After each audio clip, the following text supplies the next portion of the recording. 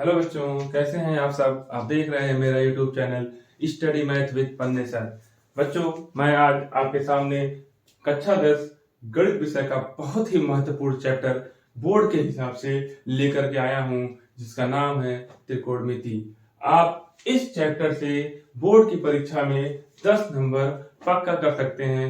बस जरूरत है आपको ये वीडियो पूरा देखने का।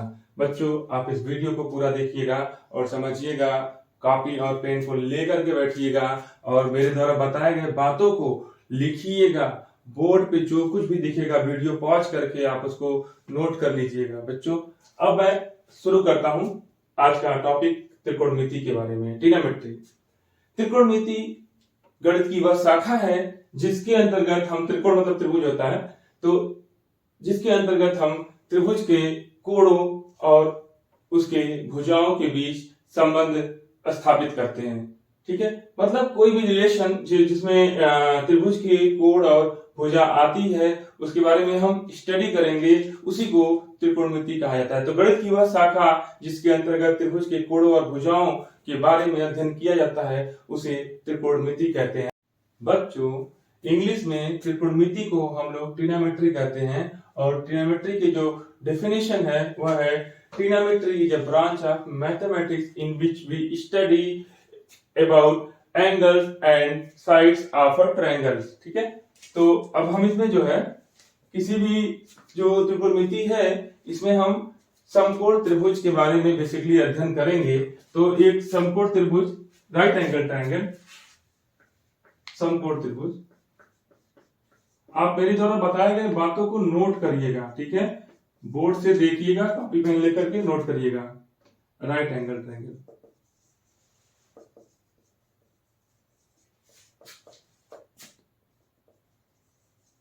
राइट एंगल ट्रायंगल समकोण त्रिभुज मतलब कोई भी त्रिभुज जिसका एक कोण 90 डिग्री का हो समकोण त्रिभुज कहलाता है। देखिए ऐसे रहेगा समकोण त्रिभुज, इस तरह से ये आपका समकोण त्रिभुज है और ये जो कोण है हमारा ये कितना है 90 डिग्री। ऐसे त्रिभुज को समकोण त्रिभुज कहा जाता है और बाकी जो दो कोण है वो न्यून कोण होते हैं, एक्यूट एंगल।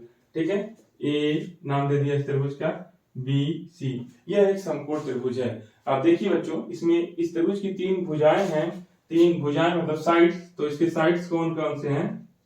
इसके साइड्स हैं, एक है ए बी भुजा, ए बी भुजा, फिर कौन सा है ये बी सी और फिर कौन सा है सी ए। तो इस समकोण त्रिभुज में जो सबसे बड़ी भुजा होती है, जो सबसे लंबी भुजा होती है, उसको त्रिभुज का कर्ण कहा जाता है। देखिए इन तीनों में सबसे लंबा ये है, इसको कर्ण कहते हैं। इस भुजा सीए को क्या कहते हैं? कर्ण। ये कर्ण है, अंग्रेजी में इसको हाइपोटेन्यूज कहते हैं।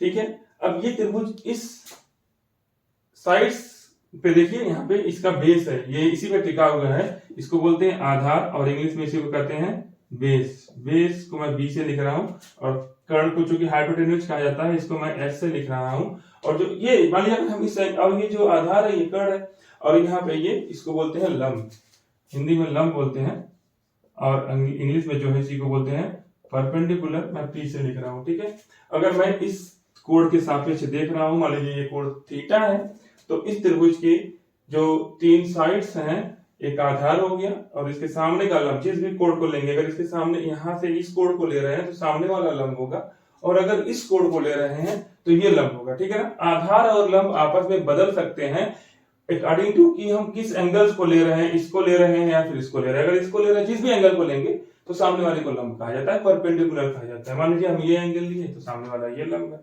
ये आधार है। अगर इस एंगल को देखेंगे तो इसके सापेक्ष जो है, इसके सापेक्ष जो है सामने वाला लंब ये हो जाएगा, आधार ये हो जाएगा। ठीक है, लेकिन कर्ण नहीं बदलता है।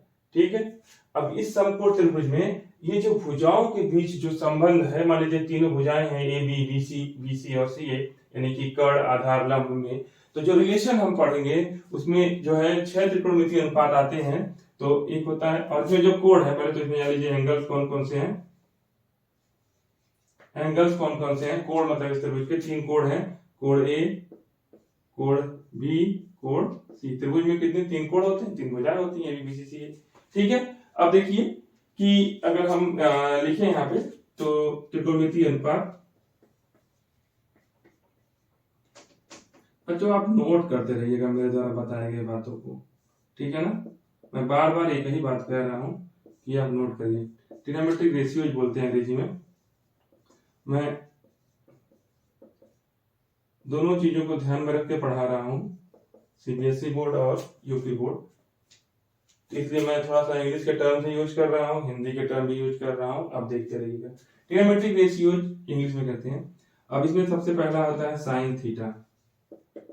साइन थीटा, साइन थीटा का जो होता है, साइन थीटा जो है अनुपात होता है, रेशियो होता है लंब और कर्ण का, यानी कि इसको लिखेंगे लंब बटे कर्ण, ठीक है, लंब बटे कर्ण। फिर ऐसे ही दूसरा होता है कॉस थीटा। कॉस थीटा होता है आधार बटे कर्ण। अच्छा, मैं इसको अंग्रेजी में लिखते चलता हूं, ठीक है। लंब को जो है अंग्रेजी में बोलते हैं परपेंडिकुलर, तो मैं इसको पी से लिख दे रहा हूं, पी, और कर्ण को बोलते हैं हाइपोटेन्यूज, तो एच लिख दे रहा हूं, पी बाई एच। आधार को बेस बोलते हैं और इसको कर्ण को हाइपोटेन्यूज एच। नंबर 3 होता है टेन थीटा।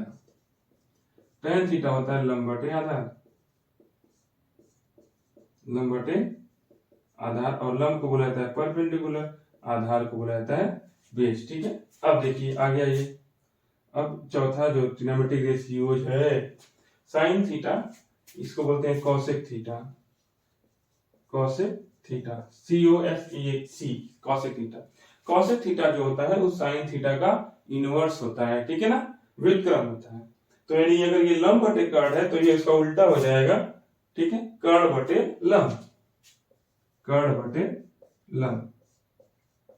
और अंग्रेजी में लिखना हो तो कर्ण को हाइपोटेन्यूज एच और लंब मतलब परपेंडिकुलर पी। नंबर 5, इसी तरह से कॉस थीटा का जो इनवर्स होता है वो होता है सेक थीटा, और उल्टा कर देंगे, ये आधार बटे कर्ण लिखा हुआ था तो उल्टा हो जाएगा, तो क्या हो जाएगा, कर्ण बटे आधार, ठीक है, और कर्ण हाइपोटेन्यूज और आधार मतलब बेस। और लास्ट ये छठा tan का जो इनवर्स होता है वो होता है कॉट थीटा, और कॉट थीटा जो होता है ये लंब बटे आधार है, तो उल्टा कर देंगे तो क्या हो जाएगा, आधार बटे लंब। बहुत ही आसान है ट्रिग्नोमेट्री, आप बस मेरे इस वीडियो को पूरा देखिएगा, ठीक है, स्किप मत करिएगा, बहुत ही आसान है, 10 नंबर पक्का आपका बोर्ड परीक्षा में। ये बस ये 6 ट्रिग्नोमेट्रिक रेशियोज थे।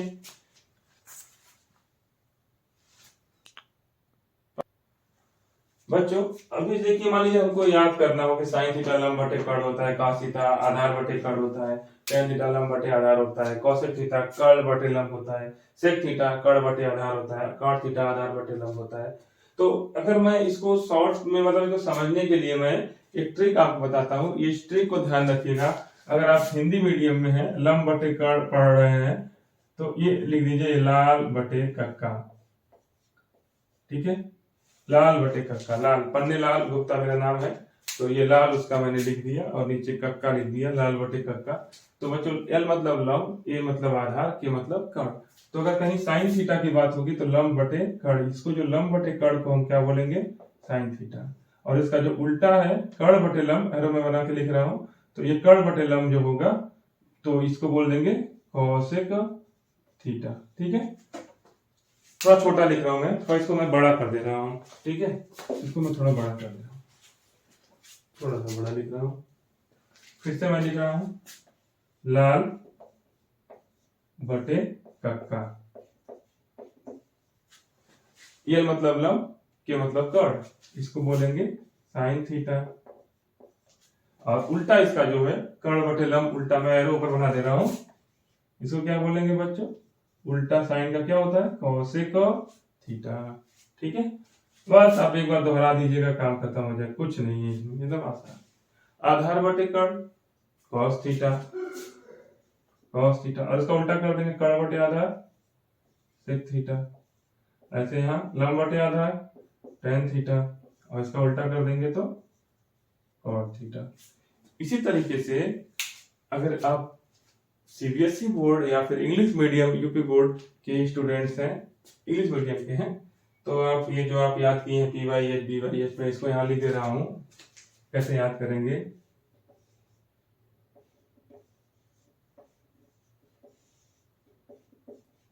PVP HHB।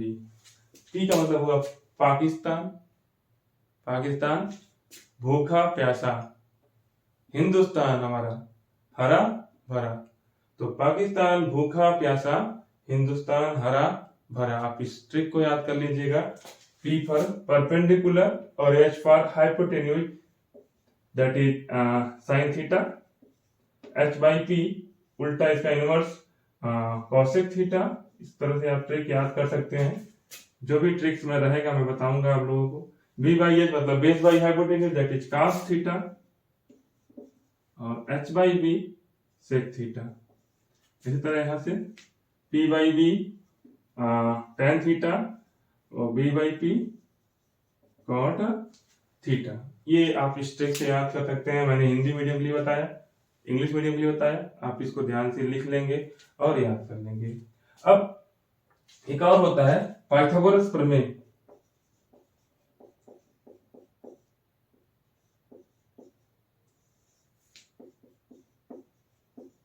पाइथागोरस प्रमेय थ्योरम, पाइथागोरस थ्योरम, इसमें ये समकोण त्रिभुज के लिए यूज किया जाता है। मैं इसको यहाँ पे बनाता हूं। ये अभी मैंने बताया आपको, ये कोई भी समकोण त्रिभुज है जिसका कोण B जो है वो 90 डिग्री है, 90 डिग्री है। इसमें तीन भुजाएं हैं जिसको आधार, लंब और कर्ण कहते हैं। आधार, लंब और कर्ण कहते हैं। ये तीन भुजाएं मैंने लिख दिया, आधार, लंब और कर्ण। अब जो पाइथागोरस थ्योरम कहता है, इसमें कहता है कि जो सबसे बड़ी भुजा है, दैट मतलब कर्ण, सबसे बड़ी भुजा कर्ण है, तो कर्ण का जो स्क्वायर होगा, यानी कर्ण का जो स्क्वायर होगा, थोड़ा मैं बड़ा लिख रहा हूं, कर्ण का स्क्वायर होगा वो हो जाएगा लंब। बाकी जो भुजाएं बची यानी कि लंब और आधार, तो लंब का वर्ग प्लस आधार का वर्ग। बहुत ही महत्वपूर्ण है, इसका प्रूफ नहीं पूछा जाएगा। मैं प्रूफ लेकिन बता दूंगा आपको, कभी किसी और वीडियो में बना के बताऊंगा। इसका प्रूफ नहीं पूछा जाएगा, ठीक है ना।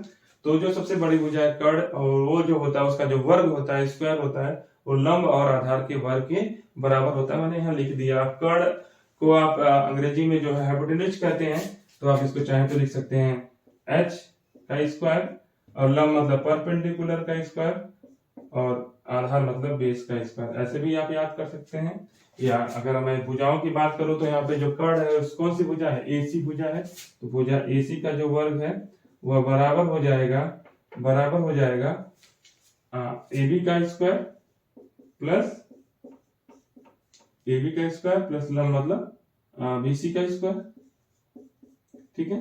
तो ये आपका पाइथागोरस थ्योरम हो गया, बहुत ही महत्वपूर्ण है, ठीक है। तब बच्चों अब मैं आपको इस त्रिकोणमितीय अनुपात यानी ट्रिग्नोमेट्रिक रेशियोज पर एक प्रॉब्लम करके दिखाता हूं, जिसे आप देखिएगा और समझने का प्रयास करिएगा। किस तरह के प्रश्न बोर्ड परीक्षा में पूछे जाते हैं मैं उसे बता रहा हूं।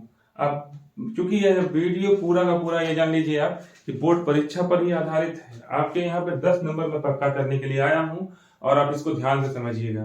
तो सवाल किस तरह पूछता है, सवाल ये पूछता है बोर्ड परीक्षा में, एक प्रश्न दे देगा, कह देगा कि यदि if sin A is equal to 4/5 then find tan A। यानी कह दिया कि sin A की वैल्यू, यदि sin A की वैल्यू 4/5 है तो tan A का मान बताइए। अब कैसे आप इसको बताएंगे, ठीक है। तो देखिएगा, कुछ नहीं, बहुत ही आसान है। सबसे पहले आप क्या करिएगा, एक चूंकि जब भी आपको इस तरह साइन का tan सब दे, यानी कि आप समकोण त्रिभुज की बात कर रहे हैं, तो एक समकोण त्रिभुज बना लीजिएगा। एक समकोण त्रिभुज बना लीजिएगा, छोटा सा, बहुत बड़ा नहीं। सोल्यूशन इसका मैं करने जा रहा हूं। गिवन आपका है साइन ए कितना है 4/5। अभी मैंने आपको बताया था कि साइन ए मीन्स होता क्या है, परपेंडिकुलर अपॉन हाइपोटेन्यूज। परपेंडिकुलर मतलब लंब, मैं हिंदी में भी बोल रहा हूं लंब, और हाइपोटेन्यूज मतलब कर्ण। आसानी से समझिएगा। साइन ए दिया है 4/5 है, और हम जानते हैं कि साइन ए मतलब लंब बटे कर्ण, अंग्रेजी में बोलेंगे तो परपेंडिकुलर अपन हाइपोटेन्यूज। तो अब इसका मतलब हुआ कि जो लंब हमारा है यानी परपेंडिकुलर वो 4 है। अब ये एंगल मतलब हमारा ए रहेगा, ये बी रहेगा, ये सी रहेगा, ठीक है, ए बी सी। अब इस एंगल के लिए साइन ए मतलब ये एंगल है और इसके लिए सामने वाला लंब हो जाएगा। तो लंब कितना है 4 यूनिट, ये दिया है 4 यूनिट है, ठीक है। और जो हाइपोटेन्यूज यानी कर्ण है वो कितना है 5, कर्ण ये सबसे बड़ी भुजा 5। अब देखिए हमको जो है बेस नहीं पता है, आधार नहीं पता है, बेस आधार नहीं पता है, ठीक है। अब इसको कैसे हम निकालेंगे बेस को? तो निकालने का तरीका वही पाइथागोरस प्रमेय से ना भाई, पाइथागोरस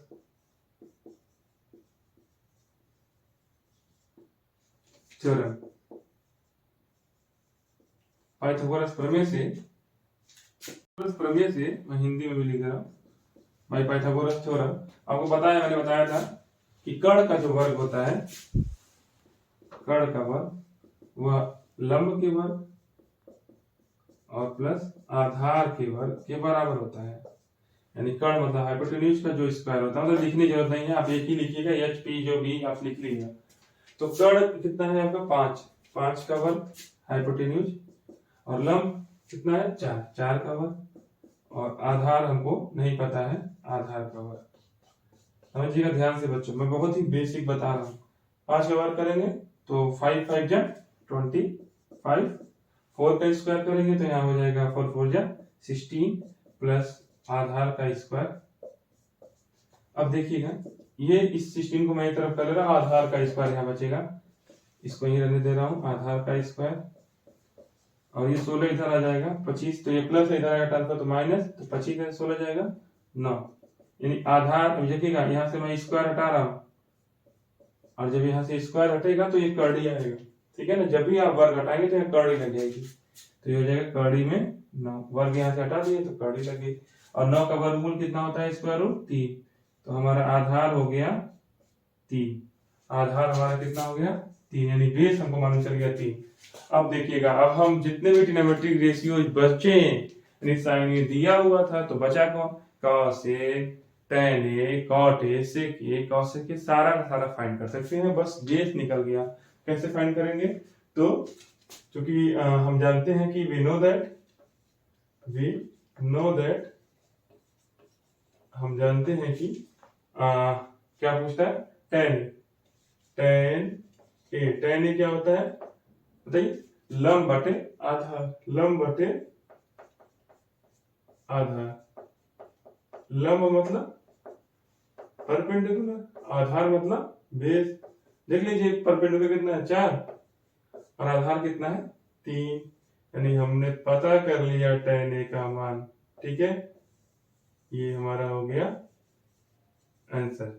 इसी प्रकार मैं आपको और भी प्रश्न दे सकता हूं कि अगर मान लीजिए कोई ट्रायंगल है, एक प्रश्न और देते हैं, हमसे tan a पूछा था, चलिए इसी सवाल में देख लेते हैं। इसी सवाल में tan a पूछा था, tan a हमने निकाल दिया, काम खत्म हो गया। अगर पूछा था तो मान लीजिए tan a के अलावा और भी कहता कि शेष सभी त्रिकोणमिति अनुपात पता करिए, then find all other rest trigonometric ratios.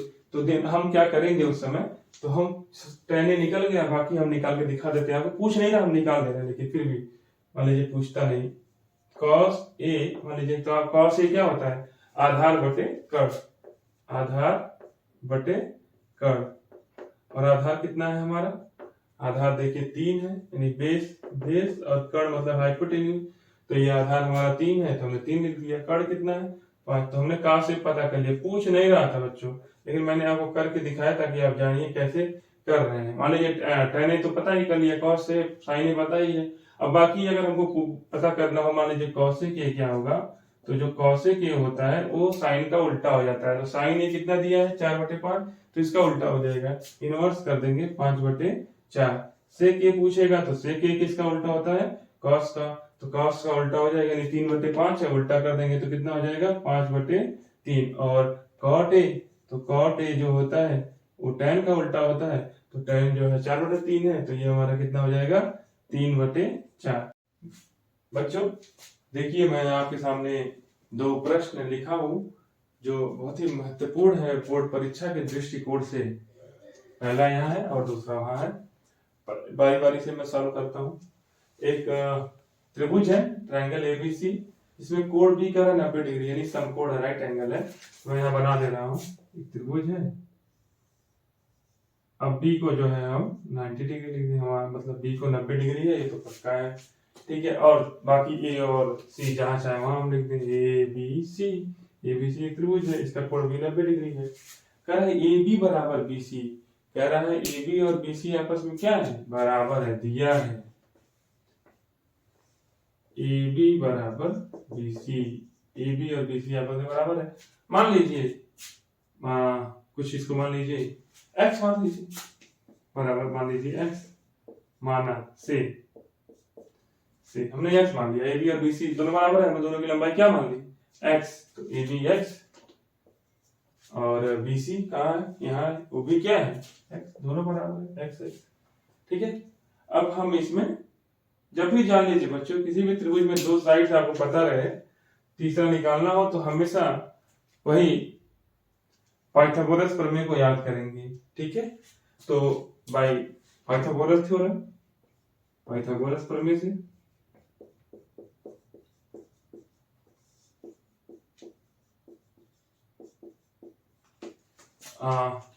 ये कर्ण है, कर्ण निकालना चाहते हैं तो हम जानते हैं क्या होता है, कर्ण का वर्ग और जो शेष दो भुजाएं बची आधार और लंब के वर्गों के योग के बराबर होता है, यानी लंब का वर्ग प्लस आधार का वर्ग। कर्ण नहीं पता है तो कर्ण का वर्ग। आप चाहे तो साइड्स भी लिख सकते हैं, एसी कर्ण के जगह ए C B C A B सब लिख सकते हैं आप। जैसे लंब कितना है आप देखिए एक्स है तो एक्स का वर्ग, और आधार कितना है एक्स है तो एक्स का वर्ग। अब एक एक्स स्क्वायर यहाँ है और एक एक्स स्क्वायर यहाँ है, दोनों मिल जाएगा, जुड़ रहा है 2x स्क्वायर, यानी ये कर्ण का वर्ग है। यहां से हम कर्ण निकालें, मैंने बताया कर्ण स्क्वायर हटेगा तो कर्ण ही आएगा। अब दो को तो स्क्वायर तो पेयर बन नहीं पाएगा तो ये अंदर ही रह जाएगा, और एक्स स्क्वायर ये जोड़ा बन गया ना, बाहर आ जाएगा पेयर, तो एक्स रूट 2, ये हमने पता कर लिया क्या, कर्ण। Very good. अब कर्ण हमारा निकल गया, बस हमको तो कर्ण ही निकालना था और कुछ तो निकालना ही नहीं था, ठीक है। अब जब कर्ण हमारा निकल गया, अब हम sine A, cos A, tan A, sec A, cosec A, जो चाहे उसको फाइंड कर सकते हैं, कहीं कोई समस्या नहीं आएगी। बस हमसे साइन ए और कहां से पूछा है, देयरफॉर साइन ए से हम जानते हैं, वी नो दैट, आप लिख लीजिएगा साइन ए इक्वल टू क्या होता है, लंब बटे कर्ण। लंब कितना है आपको सामने लिखा हुआ, लंब हमारा बीसी है, बीसी, और कर्ण क्या है एसी, और इसी यही तो कर्ण एसी है हमारा, कर्ण ही तो हमारा एसी है, यानी बीसी कितना है ये लिखा है एक्स, और एसी यहाँ पे आपने निकाला है कर्ण एक्स रूट 2, एक्स से एक्स कैंसिल हो जाएगा, ये 1 हो गया, यानी 1/√2, ये हमको मिल गया क्या, साइन ए 1/√2। बहुत ही आसान, कहीं कोई समस्या नहीं। ऐसे ही हम क्या निकाल ले सकते हैं, कॉस ए, कॉस ए क्या होता है, आधार बटे कर्ण।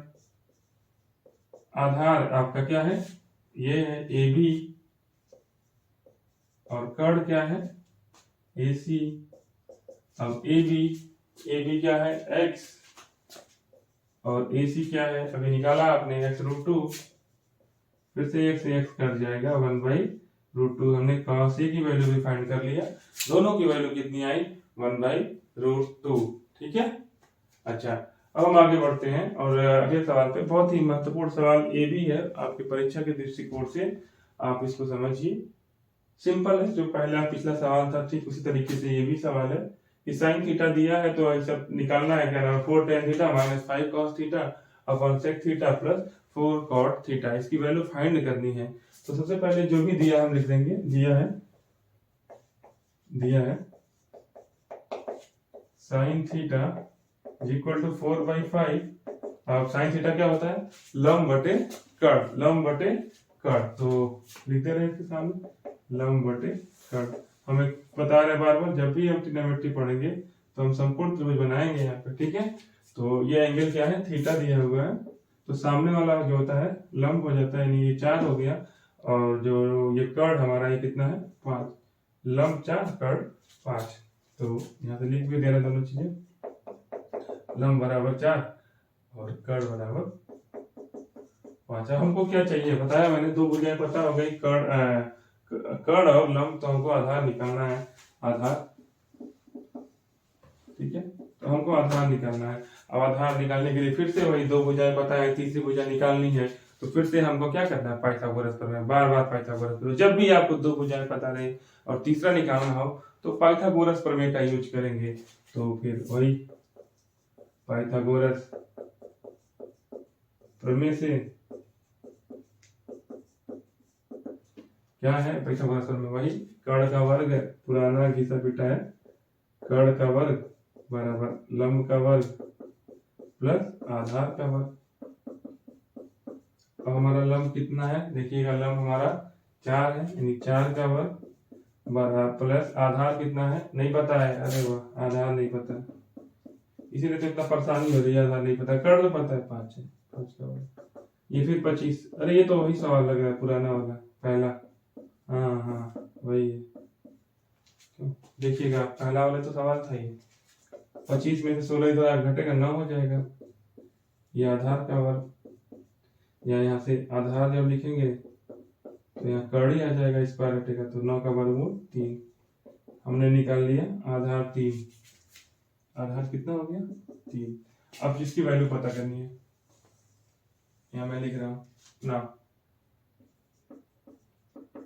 क्या लिखा है 4 tan theta minus 5 cos theta upon 6 theta plus 4 cot theta, मैं यहीं पे लिखते चला जा रहा हूँ। 4 बच्चों आप जानते हैं tan थीटा क्या होता है, लंब बटे आधार माइनस जो भी लगा है माइनस 5 cos थीटा क्या होता है, आधार बटे कर्ण, फिर बटे sec थीटा उल्टा होता है cos का, तो क्या हो जाएगा कर्ण बटे आधार प्लस 4 cot थीटा, tan का उल्टा होता है, tan होता है लंब बटे आधार, ये हो जाएगा आधार बटे लंब। अब वही लाल बटा कट्टा से भी याद कर सकते हैं, ठीक है ना। और अब बस मैं वैल्यू पुट कर रहा हूँ, कुछ नहीं कर रहा हूँ, बस वैल्यू पुट कर रहा हूँ, ठीक है ना। Put the value and get the result. लंब आपका कितना है देखिएगा 4, तो यहाँ मैंने लिख दिया लंब की जगह पे 4, और आधार कितना है 3 माइनस 5, आधार कितना है 3 और कर्ण कितना है 5, फिर अपॉन में कर्ण कितना है 5 और फिर हमारा आधार कितना है 3, फिर प्लस 4, आधार कितना है 3, लंब 4।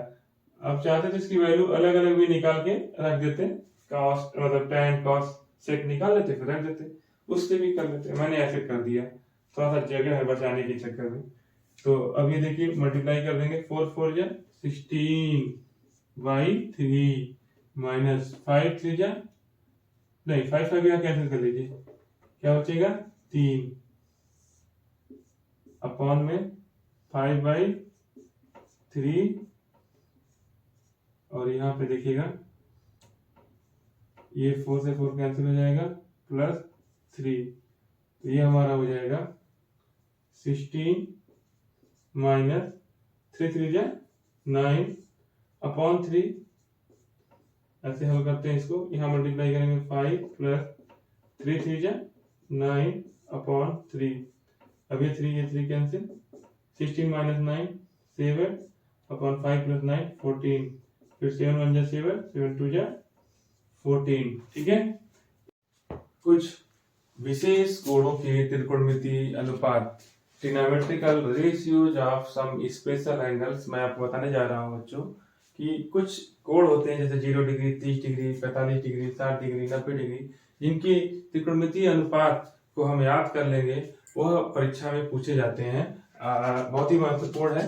त्रिकोणमितीय अनुपात इधर मैं लिखूंगा नीचे, ठीक है, और जो कोण है मैं इधर लिख दिया हूँ 0 डिग्री 30 45 60 90, तो यहाँ पहले लिखूंगा साइन थीटा कॉस, फिर मैं लिख दिया टेन थीटा, टेन का उल्टा लिख देते हैं कॉट थीटा, कॉस का उल्टा सेक थीटा, साइन का उल्टा कॉस सेक थीटा। ठीक है, सबसे पहले साइन थीटा का जो मान होता है साइन जीरो का, साइन जीरो की वैल्यू जीरो होती है। आप एक चीज जान लीजिए बच्चों कि जीरो का मतलब होता है कि किसी भी संख्या में, किसी भी मतलब जीरो में हम किसी भी संख्या से भाग दें तो हमेशा क्या आएगा, जीरो। जीरो तो जीरो में किसी भी संख्या से भाग देंगे हमेशा जीरो आएगा। लेकिन अगर किसी संख्या में, कोई भी संख्या हो, उसमें जीरो से भाग देंगे तो इनफाइनाइट आएगा। तो कहीं भी अगर हम जीरो का उल्टा करेंगे तो जीरो का उल्टा करेंगे मतलब 0/1 का उल्टा करेंगे तो ये हो जाएगा 1/0 इनफाइनाइट, और इनफाइनाइट का उल्टा करेंगे तो जीरो, ये ध्यान रहे। तो साइन जीरो की वैल्यू जीरो होती है, 30 की वैल्यू 1/2 होती है, 45 की वैल्यू 1/√2 होती है, साइन 60 की वैल्यू √3/2 होती है, साइन 90 की वैल्यू 1 होती है। आप इसको कॉपी पे लिख लीजिएगा, बहुत ही महत्वपूर्ण है। कॉस हम उल्टा कर देंगे यहीं से, कॉस थीटा मतलब जीरो, इसी को घुमा देंगे, यहाँ से लिखना शुरू करेंगे, यानी कॉस जीरो की वैल्यू 1 होती है, कॉस 30 की वैल्यू √3/2 होती है। उल्टा लिखना, देखिएगा उल्टा, यहाँ से उल्टा 1 √3/2, फिर ऐसे 1/√2, फिर 1/2, ठीक है, फिर जीरो, ऐसे लिख दिया। उल्टा घुमा के लिखिए, जैसे लिखा था फिर ऐसे लिख दिया लास्ट से। tan की वैल्यू लिखना है तो हम जानते हैं कि tan जो होता है साइन बटे कॉस थीटा। ठीक है, मैं बता देता हूँ आपको। ठीक है, एक चीज जो है यहाँ पे कि tan थीटा जो होता है वो होता है साइन थीटा, यहाँ लिख रहा हूँ, tan थीटा बराबर होता है, अभी मैं बता दूंगा आपको थोड़ी देर बाद। ठीक है, साइन थीटा बटे कॉस थीटा, बताया नहीं, मैं बता दूंगा। तो हम जो है tan थीटा जो है साइन में कॉस से भाग दे देंगे, तो जीरो में जब 1 से भाग देंगे, मैंने बताया जीरो में जब 1 से भाग देंगे तो क्या है, जीरो, इसी में भाग दे देंगे। यहाँ भाग देंगे जब, तो 1/2 में √3/2 से 2 कैंसिल हो जाएगा, क्या बचेगा 1/√3। यहाँ भाग देंगे 1/√2, 1/√2 कैंसिल आउट, 1 बचेगा। √3/2 में 1/2 से डिवाइड करेंगे तो 2 कैंसिल, √3 बचेगा, और 1/0 क्या हो जाएगा, बताया ना, 1/0 क्या हो जाएगा, इनफाइनाइट। ठीक है, और कॉट जो होता है वो tan का उल्टा होता है, तो tan का उल्टा कर देंगे, जीरो का उल्टा करेंगे तो बताया मैंने आपको इनफाइनाइट, 1/√3 का उल्टा करेंगे √3, 1 का उल्टा करेंगे 1/√3 हो जाएगा ये, और इनफाइनाइट का उल्टा करेंगे तो जीरो। फिर सेक जो होता है कॉस का उल्टा होता है, 1 का उल्टा 1, ये हो जाएगा 2/√3, एकदम आसानी से याद कर लीजिएगा, ये √2, फिर इसका उल्टा कर देंगे 1/2 का 2/1 यानी 2, जीरो का उल्टा इनफाइनाइट। फिर कॉसेक जो होता है वो साइन का उल्टा होता है, यानी जीरो का उल्टा इनफाइनाइट, 1/2 का उल्टा 2, 1/√2 का उल्टा √2, यहाँ करेंगे इसका इनवर्स √3/2 का 2/√3, और यहाँ 1 का इनवर्स करेंगे तो 1। बहुत ही आसानी से हम इसको याद कर सकते हैं।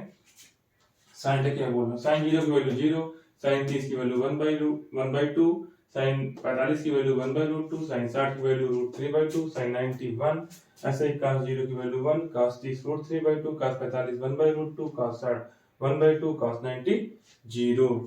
फिर tan जो होता है, tan जीरो की वैल्यू 0, tan 30 की वैल्यू 1/√3, tan 45 की वैल्यू 1 होती है, tan 60 की वैल्यू √3 होती है, tan 90 इनफाइनाइट। ठीक है, अब बाकी जो मैंने उसका उल्टा करके लिख दिया है। अब याद करने में कोई समस्या हो रही है तो मैं आपको एक ट्रिक फिर से बताता हूँ, इस ट्रिक का प्रयोग करिएगा बच्चों, आपको याद हो जाएगा, कहीं कोई समस्या नहीं होगी। ठीक है ना, बस आप एक याद कर लीजिएगा साइन का, बाकी ऐसे ही लिखा जाएगा, लेकिन मैं उसका ट्रिक बता दे रहा हूँ कैसे याद करेंगे। तो जैसे मान लीजिए हमको साइन में लिखना हो, साइन में 0 डिग्री की वैल्यू लिखनी हो, साइन 0 की वैल्यू लिखनी हो, तो हम स्टार्ट करेंगे यहाँ पे 0 डिग्री, मान लीजिए ये हो गया 30 डिग्री, ये हो गया 45 डिग्री, 60 डिग्री, और ये 90 डिग्री, ऐसे। अब यहाँ पे साइन 0 को लिखना हो तो हम ऐसे कर्ली लगा देंगे, सब में कर्ली लगा देंगे, सब में कर्ली लगा देंगे। आपको तरीका बता रहा हूँ कैसे याद करेंगे आप। ठीक है, यहाँ पे लिख देंगे 0, यहाँ 1, यहाँ 2, यहाँ 3, यहाँ 4, और सब में जो है हम 4 से डिवाइड कर देंगे। सब में किससे डिवाइड कर देंगे, 4 से, 4 से, 4 से, 4 से, 4 से। ठीक है, अब 0 में किसी भी संख्या से डिवाइड करेंगे तो 0 आएगा। ठीक है ना, 0 में और 0 का वर्गमूल 0, 1 का वर्गमूल 1 और 4 का 2, 2y1, 2 1 जा 2, 2 2 जा 4, 1/2, 1 का वर्गमूल तो निकल जाएगा, 2 का नहीं निकल पाएगा। यहाँ पे हो जाएगा √3, 4 का वर्गमूल 2 और यहाँ पे 4/4 1 और 1 का वर्गमूल 1। यानी हमको देखिए वैल्यू मिल गई, साइन 0 की वैल्यू 0, साइन 30 की वैल्यू 1/2, साइन 45 1/√2, साइन 60 √3/2, साइन 90 1। एकदम देखिए मैंने यहाँ लिख दिया। और कॉस जब लिखेंगे तो उसी को घुमा के लिख देंगे, 1√3/2, 1/√2, 1/2 0। tan लिखेंगे तो डिवाइड करके लिख देंगे साइन बटे कॉस। एकदम आसानी से, कहीं कोई दिक्कत नहीं है। अब इस पर देखिए प्रश्न कैसे पूछ सकता है आपसे कैसे प्रश्न पूछ सकता है, इस तरह का प्रश्न आपसे पूछ सकता है कि ये find the value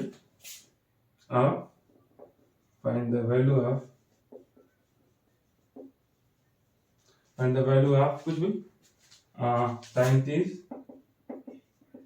cos 45 plus cos 30 sine 45, इसका मान पूछ लिया, सॉल्यूशन।